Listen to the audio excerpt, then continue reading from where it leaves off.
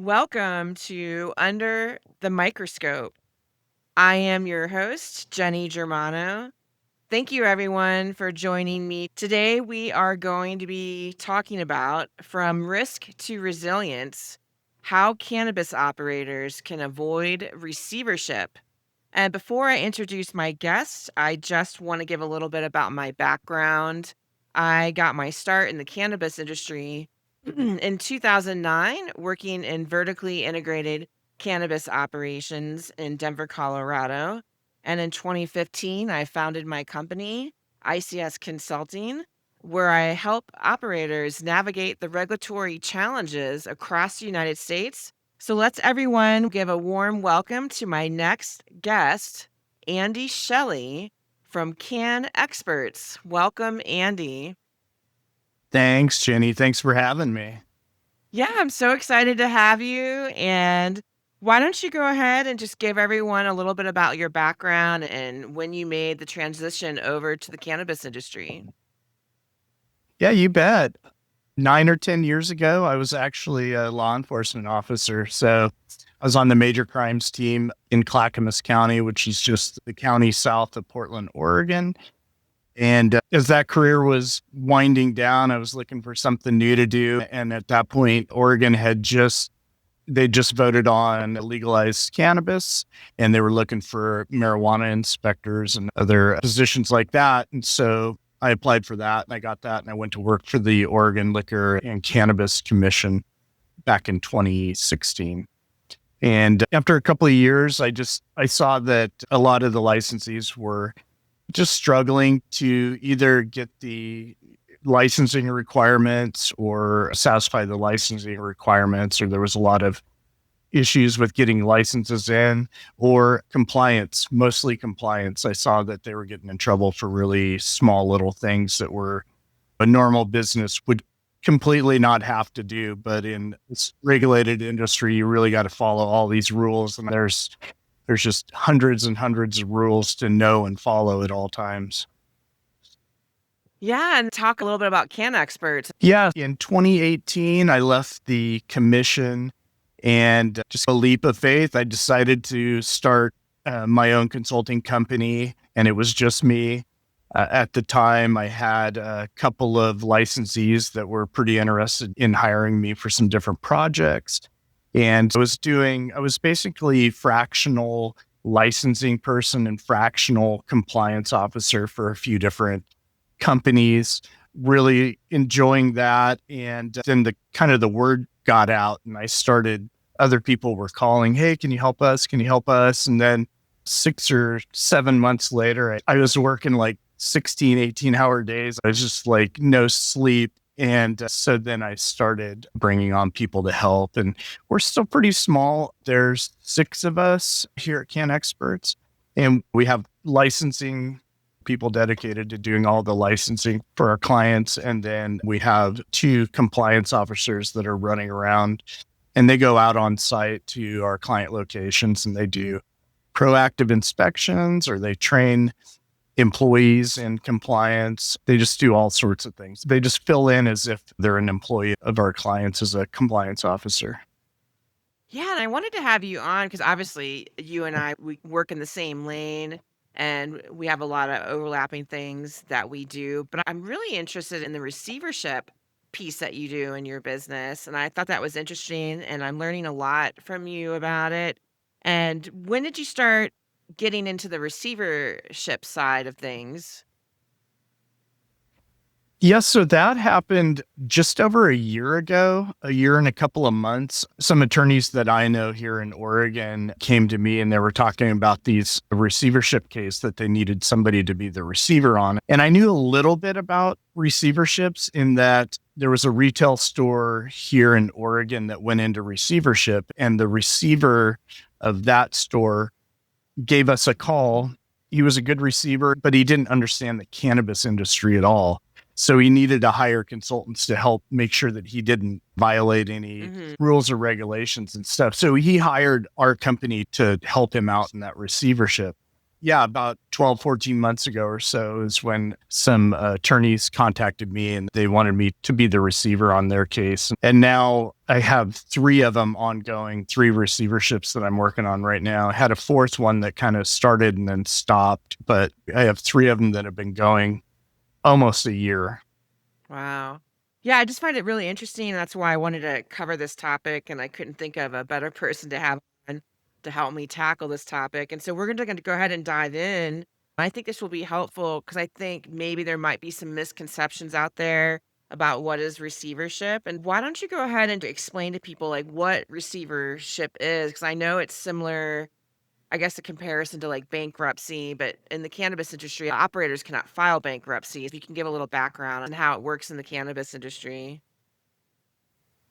Yeah, that's the easy parallel. It is a little bit like bankruptcy or a lot like bankruptcy. Bankruptcy is a federal process and it's handled in federal courts. And of course, cannabis at the federal level is still, or at least marijuana at the federal level, is still legal. Very difficult, if not impossible, to file for bankruptcy. Receiverships is a state statute. Every state has a receivership statute. It's very similar in that a company can go into receivership and it's ran through the courts, typically the circuit court, and it allows for some protections for the company as they either reorganize or liquidate assets in order to pay back creditors, things like that. Who initiates receivership? Yeah, typically, and I'll reference the ones that I'm doing right now, but typically it's going to be like a secured creditor or lender to the company, somebody they borrowed some money from. You might get a judgment creditor. So maybe you haven't paid a vendor or something and they've went and got a judgment against your company. They could potentially file to have a receiver installed to take over the company.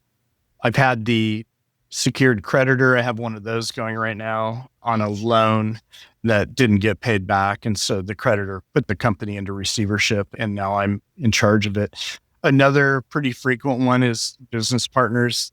They're getting upset over not being a part of the business or not getting true financials or updates. They can file to put a company that they own into receivership. Lastly, there is a way that a company itself, even without, I guess, without a secured creditor making it happen or a mad business partner, they can effectively put themselves into receivership. It's probably less of something that you see, but I do have one of those going right now as well. Is it something that they work with an attorney to do? Yes. Okay. Yeah. So in that case, they might be hearing about potential lawsuits coming their way, or they need some protection from the court while they liquidate and sell off assets, or potentially protection from the court while they reorganize their company to be profitable. In all these cases, there's typically this matter of insolvency, like they're having trouble paying bills, they are unable to pay vendors, employees, landlords, whatever. So they're in this case, or at least between a partner to partner dispute, it's that one partner isn't able to verify what their company is doing. They're not getting access to financials or what's going on the day to day. I'm assuming that this is like the worst case scenario that the partner has tried to communicate and ask for these things. This seems like this would be, it's far gone now. We have to get past mediation, I would assume, that they then go into ask for receivership help. Yeah, this is exactly how you said it. This is an extreme. This is the end. We've tried mediation, we've tried all these things to resolve this, and it's just not getting resolved. And a receiver is like a third party, disinterested party, gets stuck in here to try to work this out, try to reorganize the business, or just liquidate it and start paying people off. I was wondering, like, what are the top 3 reasons that cannabis operations actually end up in receivership? Yeah, similar to the last. Typically, they're unable to pay off loans that they've taken out. And so now that creditor is going to put them into receivership, more than likely to sell everything off so they can recoup some of the money that they're out. You get investor partner disputes. That would be number one and number two, and then lawsuits or perceived lawsuits against the company. Can banks go after cannabis companies and put them in receivership? Yeah, you'll see banks do it. Another one too is to keep an eye out for is like taxing authorities. Your Department of Revenue can put companies into receivership. So if you're not paying your taxes on, if you've gotten behind on your taxes or just have this huge bill, they can actually initiate. Government entities can put a company into receivership. Wow, that's really interesting. And I think probably a lot of people didn't realize they could put their own company into receivership. Can people put their company in for protection and then pull them back out? Kinda Yeah, trying, is that cheating the system? Solely doing it to protect from lawsuits and then with the intention of coming back out of it. yeah, they technically can and do. In bankruptcy, it's a similar thing where they get this protection from the court.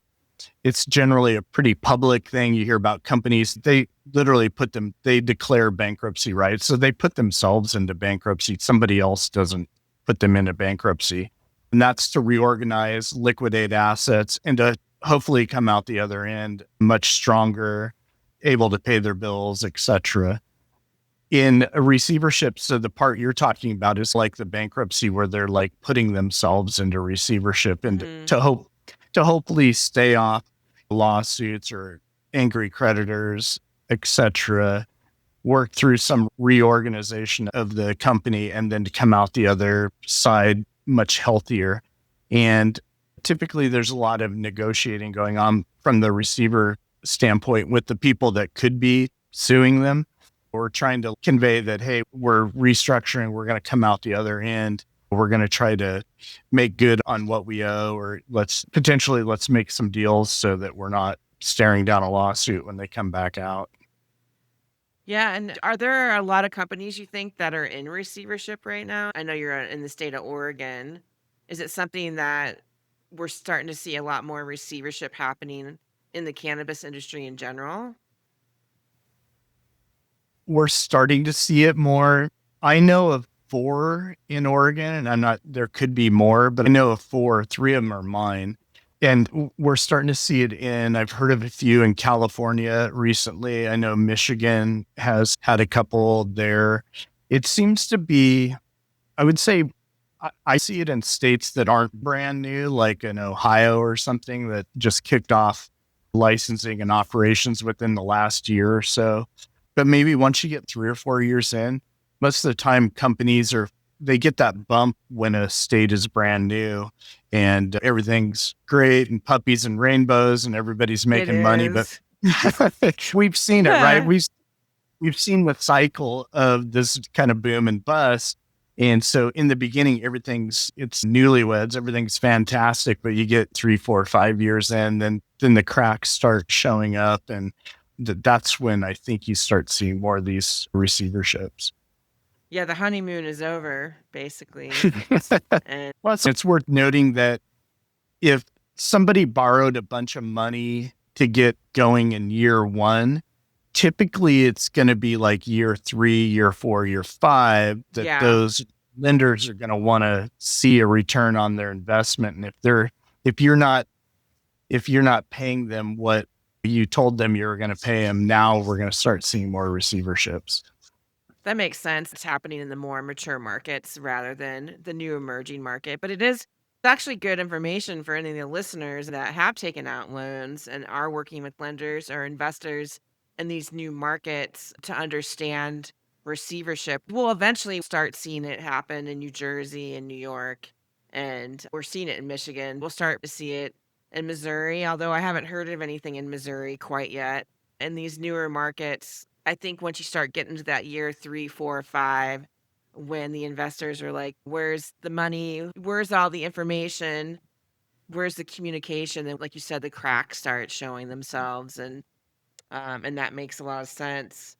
Can you explain and go over everything? What happens when I'm in a receivership if I'm an operator and whether I'm small, medium to large to an MSO or a single state operator? What happens to me while I'm in receivership? What happens to the business and all the moving pieces?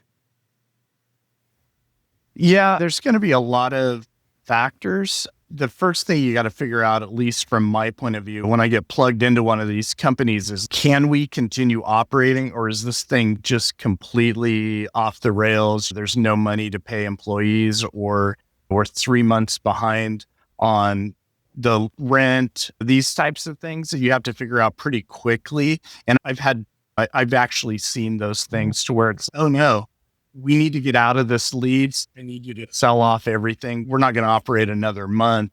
Whereas, like on other ones, they're up and running and they are making enough money to sustain operations, if not for maybe a large loan that they took out that they just can't repay. That's another case that I'm working on right now. Small companies, I don't think there's a size of company where it doesn't happen or it doesn't happen less or more. Small companies have their issues or cash reserves, typically depending on owner capital, the boss, the owner Hmm. themselves putting money into this thing, thin margins where they're unable to weather down markets, they're unable to sell their products. Medium companies, they're typically on the move. They have some rapid growth without really good systems and controls into place. It's kind of like we're going to build the car as we drive it.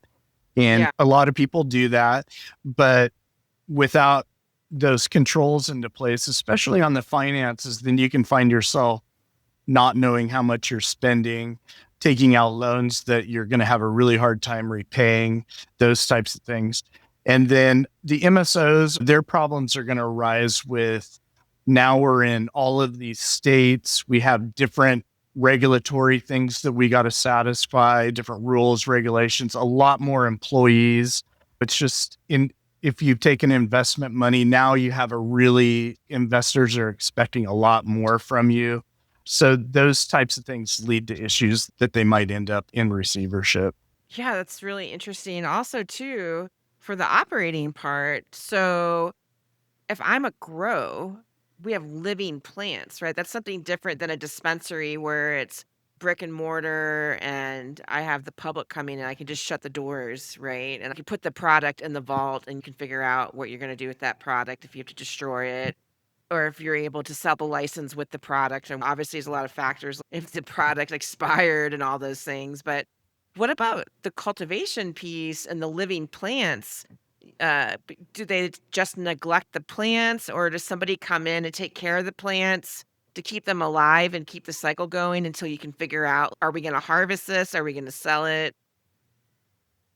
Yeah. Fantastic question. And actually, the first receivership that I was appointed to, it had actually that. It happened last July 2024. And so I was appointed receiver in a Southern Oregon outdoor farm.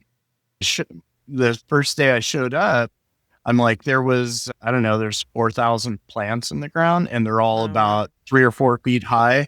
And in Southern Oregon, they get to be the size of small apple trees. It's like the Yeah. perfect growing. So I had no money because one of the partners had basically escaped with all the cash. And I was like, I think we have some value here. Obviously, I have 3 or 4,000 plants. They're, if I can get them through to harvest in September, then I'm going to be able to sell it on the market and recapture that money for the creditors. But I had no money to hire people, and I don't know how to grow plants, especially 3,000 of them. So I had to start negotiating. I knew some people that were nearby this grow. I actually knew them from just being in the industry a while. And the first thing I had them come out and I'm like, what do I even have here? Because I could just plow this under right now and move on with the next phase of this. But and they were able to give me some valuation to the crop. And it seemed like it was definitely worth saving and trying to get through to harvest. And so I had to negotiate with them. I have no money. If you're willing to take care of these things, water them, feed them, do all the things that need to get done between now and September, then I will split the harvest with you. You can have 50% of it, and I'll take 50 for the estate.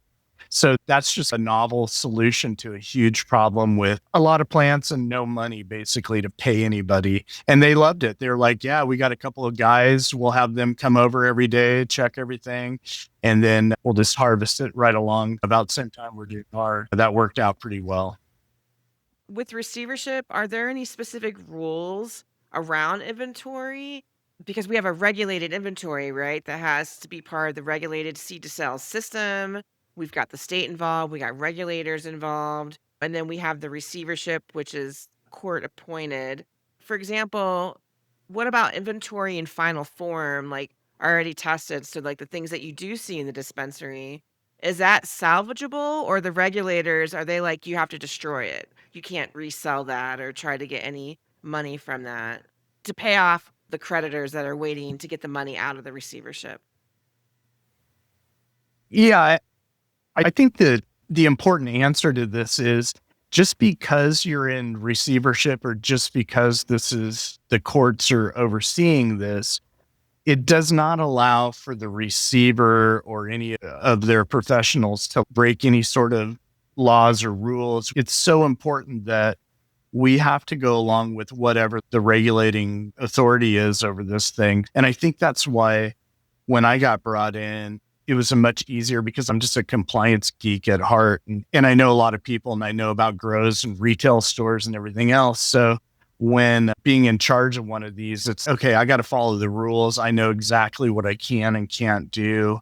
And yeah, I have to follow just like the business owner themselves, or even better in this case, I have to follow all the rules and regulations, just like a licensee would. Even though I'm not a licensee, the state has granted me temporary authority to operate the licenses or the business as if I am the licensee. So anything I do wrong, it could jeopardize the entire receivership. So it's really important to be plugged in and know what you're doing.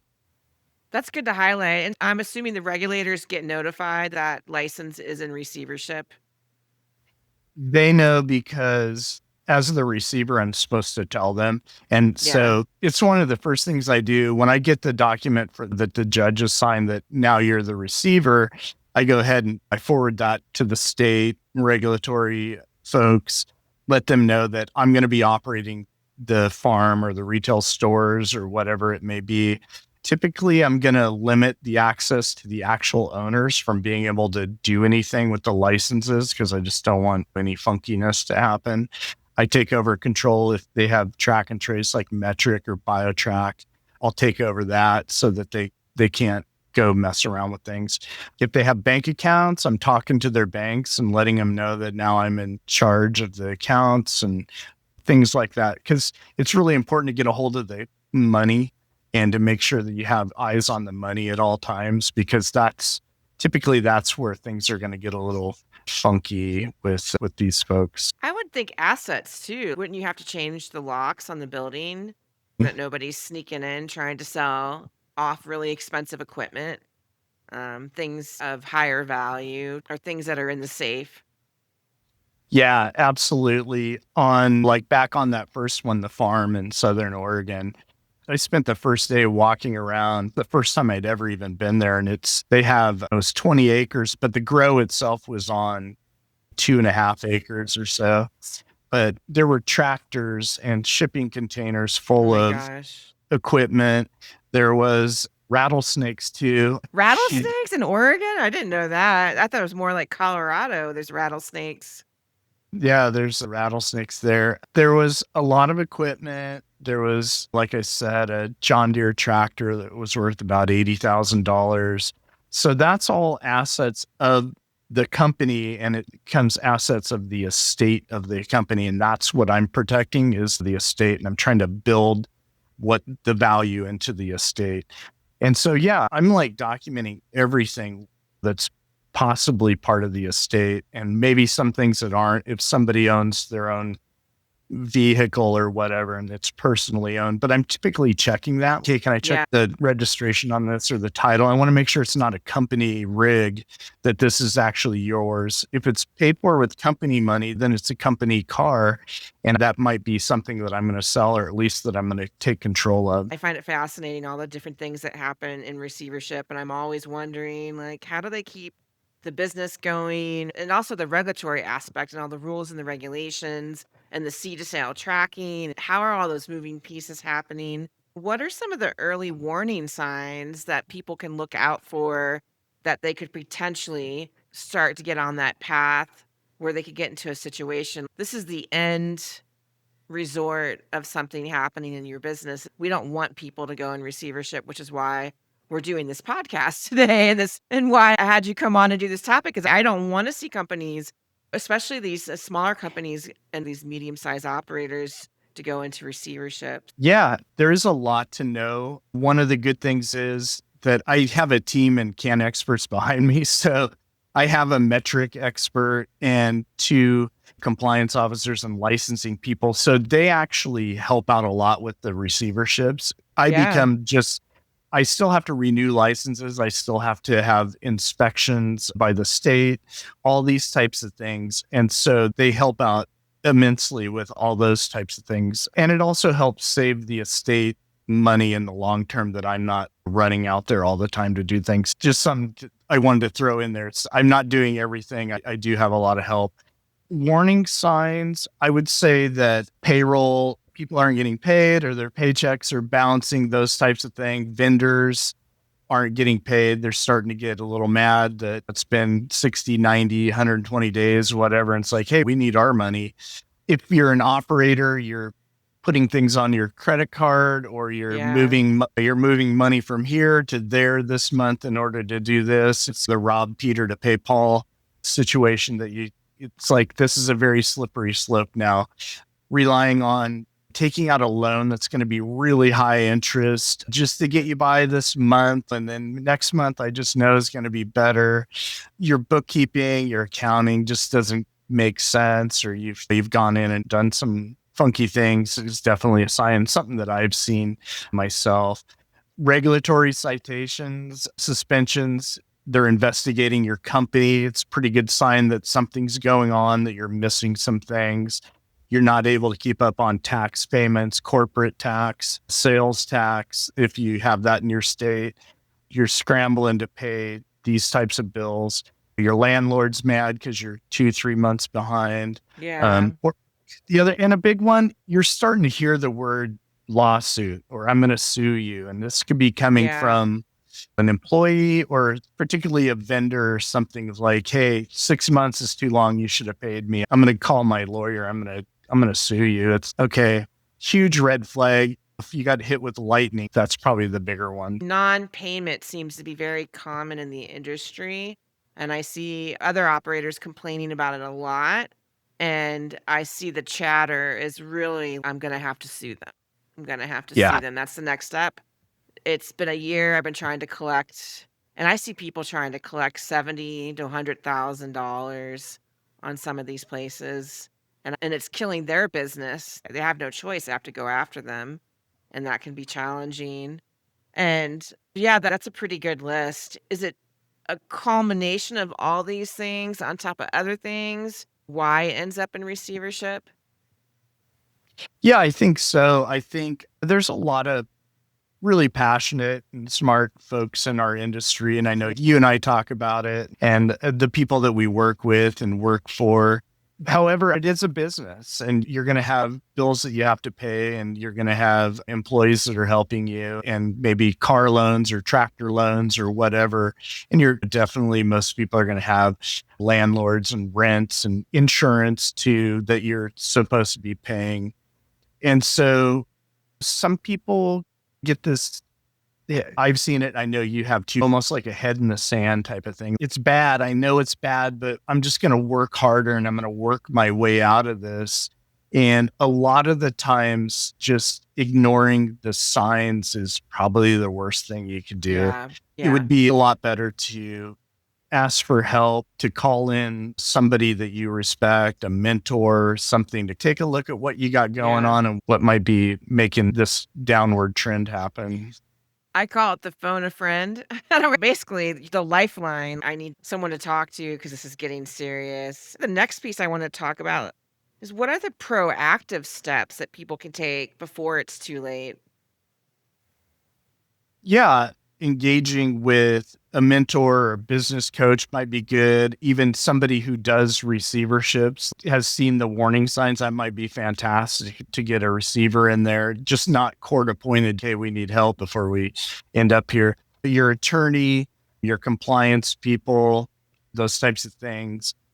You definitely need to get a handle on your monthly accounting and cash flow. And if that's not your thing, talk to somebody that's a bookkeeper. You probably know somebody in your circle that could come take a look. And even if you just say, hey, I'm going to be humble and I'm just going to tell you, I don't understand what the heck I'm looking at. And I need you to tell me what's going on here because I'm missing something.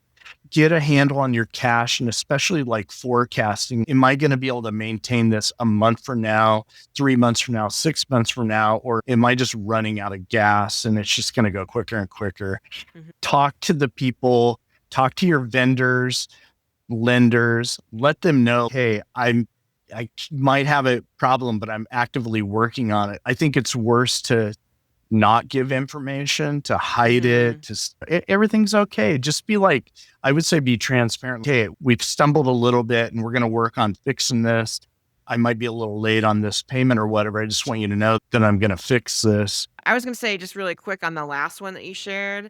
I really do think that's important. For some people, it is scary to have to go and have that conversation.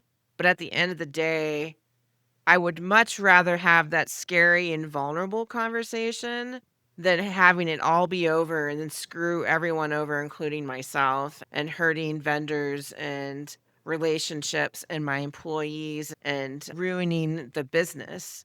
I would go in there and be like, we're having some issues and be clear and be open and share that information with the investors. I think, too, a lot of times people think, oh, if I go tell the lenders or I go tell the investors, they're going to pull the plug. But I feel like they would much rather have the business not go under than you not say anything at all. Yeah, scary conversation, sure, but it's going to be an honest conversation. And I think most people are going to respect that. The worst thing you can do is when I think of vendors who are not getting paid, now they're getting ghosted. Now they've sent 20 emails, they've left voicemails. It's the not knowing that's even worse. And now there's a level of now I'm pissed off. So I'm going to call my attorney and I'm going to sue these guys. If they're not going to answer their phone for me, then they're definitely going to, when they get served with papers, they're going to answer. And this goes for lenders as well. So I think it's the honest thing to do and just start it with, hey, I have a difficult conversation I need to have Yeah. with you, but I'm going to be honest with you. We don't have money right now, but I'm doing these things and I'm hoping to be able to make you whole next month or to be able to pay you this much this month and then over the next couple of months. And I appreciate the business that we've done together. And I just hope that you can, if somebody came to me like that, I'd be like, hey, great, not a problem. But if I'm trying to call you to collect and you're not answering now, I'm starting to get a little upset. And that's what you want to try to avoid. So have an open, early conversation on what's going on. Yeah, that's really helpful too. And you can adjust the payments or the payment plan or getting on a scheduled payment plan. I think the one thing that pisses vendors off the most is the ghosting and the not responding and the non communication. I know that's how some of these operators feel. They just want to understand what's going on, when can I expect it? Because that other business, they have their staff that they have to pay and they have to keep their business up and going. And it becomes this domino effect in the industry, and so I think those are some really good pointers. I know we talked a little bit about, you mentioned putting your head in the sand, but I kind of want to dive into that a little bit deeper. How does putting your head in the sand create the igniter to basically blowing up your business? Yeah. And for all the things we've already said, I think most people It's hard for anybody to admit, like, hey, this is failing or potentially failing. You're like clinging to this optimism that it's going to be better. I just know it as soon as this happens, or if I just have a couple more months, it's going to be great. And it may, but it may not. And so that's where it ignites this thing that's going to quickly get out of control. And like we said, again, refusing to communicate with people. You're a professional, you're running a business now. I think you gain a ton of credibility by calling people up, and they've probably gone through some hard times too, right?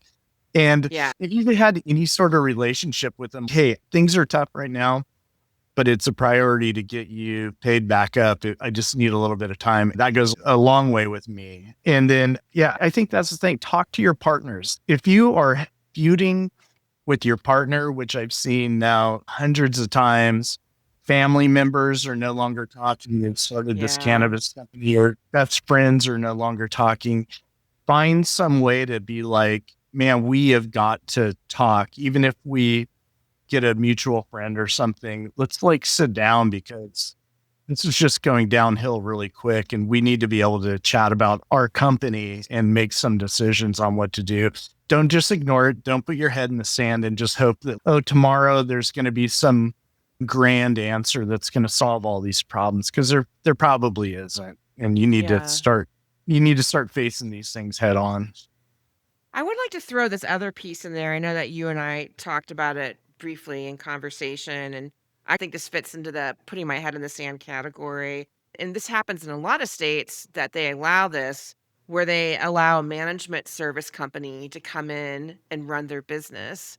And what can happen is, let's say that owner of that license is not paying attention to what that management service company is doing with their regulated business, and they're putting their head in the sand thinking everything's okay. I've got this professional, licensed, approved management service company running my regulated cannabis business, and I'm focusing on other businesses and I have a bunch of things going on. But so this can get a little tricky, right? Because things can happen that they're not paying attention to that's happening in the management services side of things that could put that business at risk, and I know we talked a little bit about that. Yeah, you and I both have seen these things, and since the beginning, I've seen these, and it it seemingly is going to be great. I know that if I was going to hire a company to come take over my operations and split profits, or however we're going to do this, I am going to be watching them like a hawk, and I'm going to have controls in place to make sure that the bills are getting paid and they're not funneling things out the back door. And I think you and I both, I know we have quite a few of these where they've actually hired us to, I want you to watch them like a hawk. Yeah. And we're in their metric, we're in their, maybe in their accounting system. We're definitely dropping by on maybe not a schedule, but we're popping in and seeing what's going on. So we're keeping an eye on them, and just to make sure, because now we're helping to protect the owner of the business, or the licensee, or the landlord, or whoever they might be. And yeah, I think just to, oh, I signed this thing with these guys and they seem pretty legit, and now I'm going to go off to live in Florida or something. It's like probably not a good idea. The things that they can do to your property, your building, your license. I've had an attorney that was a hands off licensee, hired somebody in huge trouble. You have to watch it, because you can get into trouble Yeah. even though you're not hands on. You can lose your property, your real estate. Those things can get tied up into court for years, that you're not collecting any rent on real estate property. If you're going to get into one of these things, make sure that you have, either you're watching it like a hawk, or you're paying somebody else to watch it like a hawk, or you're making those people pay the people to watch you to watch them like a hawk. It's actually true. I actually had an audit where the owner required in the management service contract that they put together, they required that they get, like, quarterly audits, and so then they brought me in as the auditing company, and then that report got submitted to the owner of the license, essentially the landlord, because it was their property as well. and that they were running the operation, and I'm not sure how they were splitting it up or anything like that. I think it is important to have that due diligence and to not put your head in the sand. If there is a management company, you could end up in receivership because that management company ran your facility in the ground.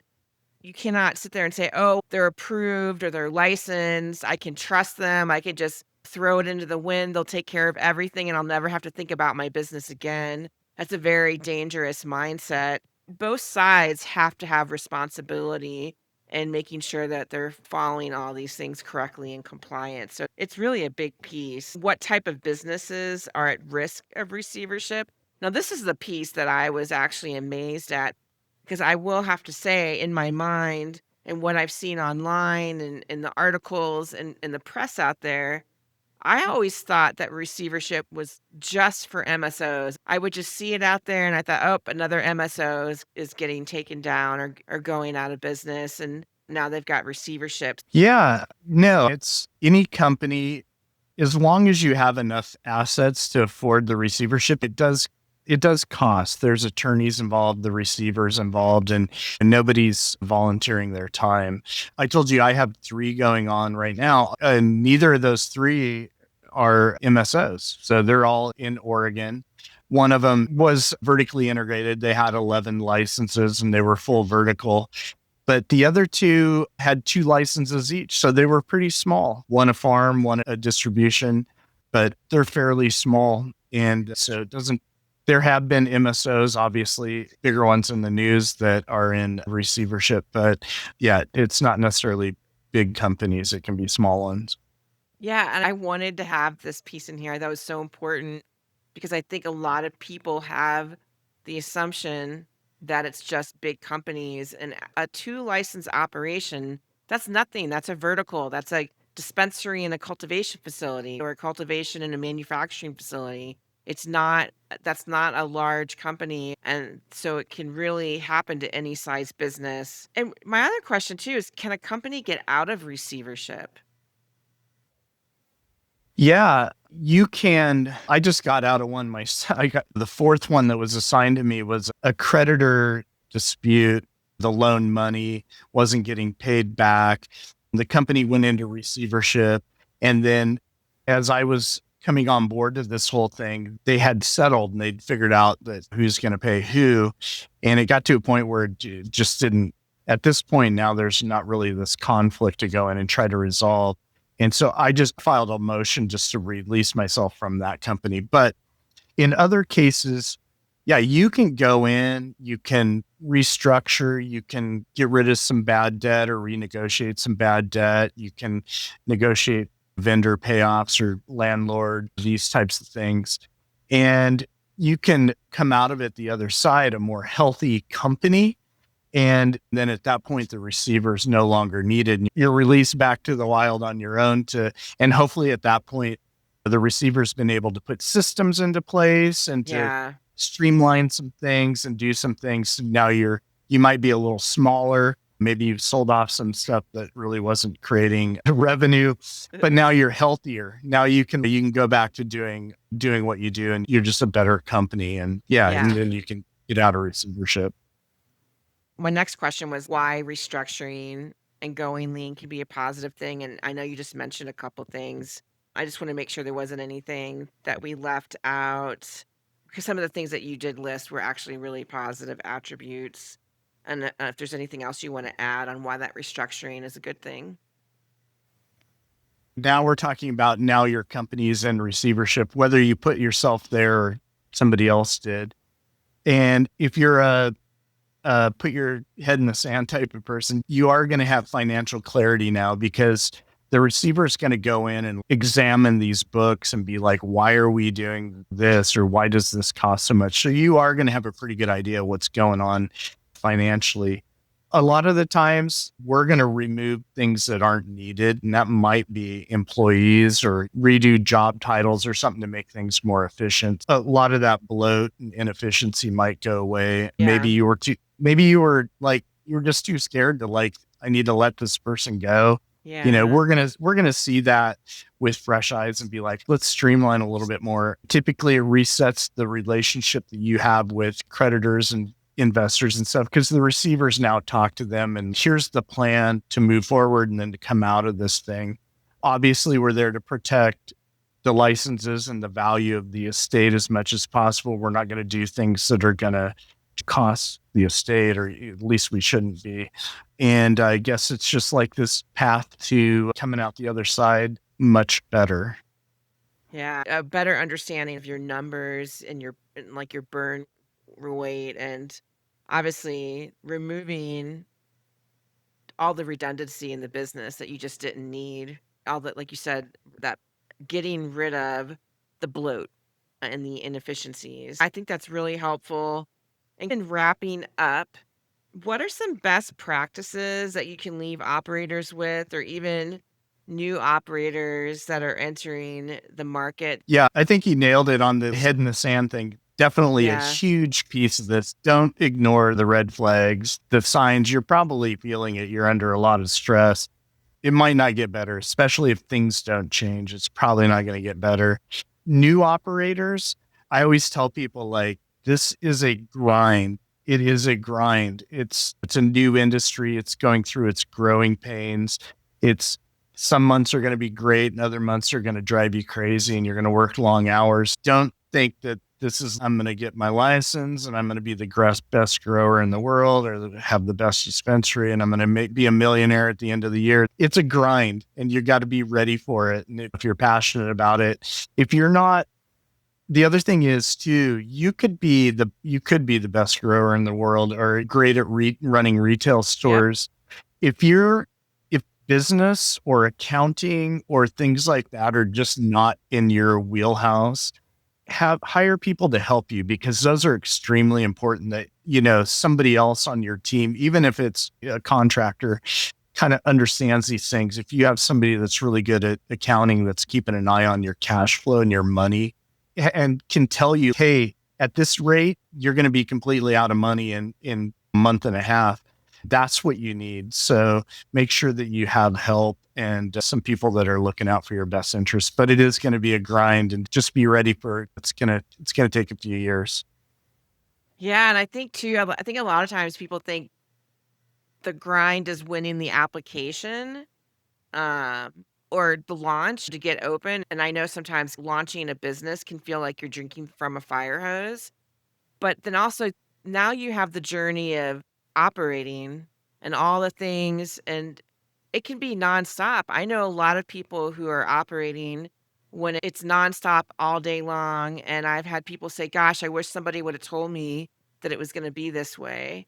And it's almost like you're in shock, like your first year, because 'cause you're like, "Holy cow, I had no idea it was gonna be like this," or I was gonna be working 70 hours, 80 hours a week, and, all the fires that you're putting out and running it. I know business owners are running around like crazy between just needing change at the bank and things that they're missing and having to keep ordering more product and more inventory and then having to expand and market to new customers. So it is a grind, and it's easy to be so focused about what's happening in the business that you neglect the on the business, which is, hey, I got to be watching my finances and I have to be, how am I managing my business appropriately? And then to not get yourself in this situation. So hopefully this episode was helpful for somebody who is already existing in a mature market, and also really helpful for maybe somebody in a new emerging market, or just somebody who's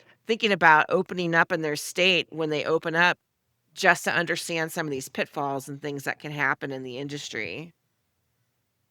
Yeah, absolutely. And some of us, you and I, we have been in this thing a long time. So I think we've seen a lot of things and know what's going on. Yeah, I hope it was helpful and people can reach out to me if they got any crazy burning questions.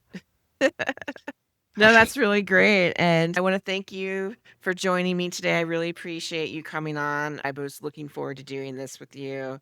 And I will have Andy's information posted in the description for this episode. You can check out my YouTube channel, which is at Under the Microscope with Jenny, and subscribe.